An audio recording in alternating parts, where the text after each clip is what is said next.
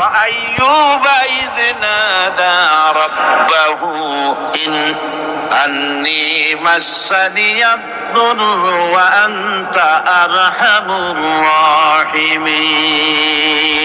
স্মরণ করো সেই সময়ের কথা যখন আইয়ুব তার রবকে ডেকে বলেছিল, আমি অসুস্থ আর তুমি তো রহমান রহিম দয়াময়।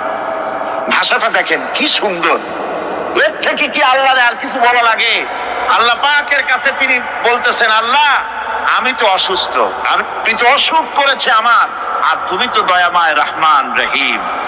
এক অন্ধ, ঈদের দিন কত অন্ধই তো আসে খয়রাত করার জন্য, ভিক্ষা করার জন্য, চতুর্দিকে ভিক্ষা করতেছে অন্ধরা।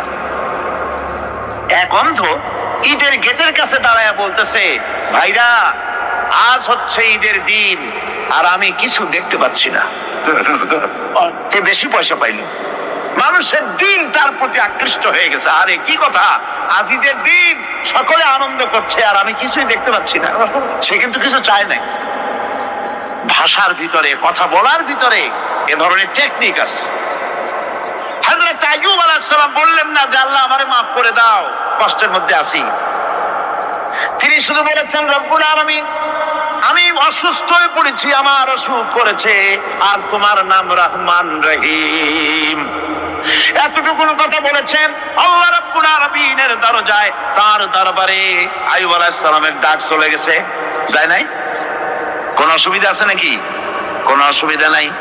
পানির তলা দিয়া যদি কেউ ডাক দেয়, পাহাড়ের ভিতরে বসে যদি কেউ ডাক দেয়, আল্লাহ রাব্বুল আলামিন তা শুনতে পান।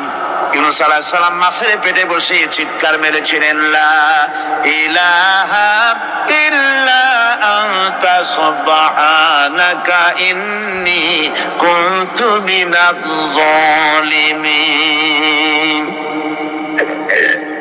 যিনি বলছিলেন, হে আল্লাহ তাআলা আমি তোমার প্রশংসা করছি, তুমি ছাড়া উপাস্য নাই, মাবুদ নাই।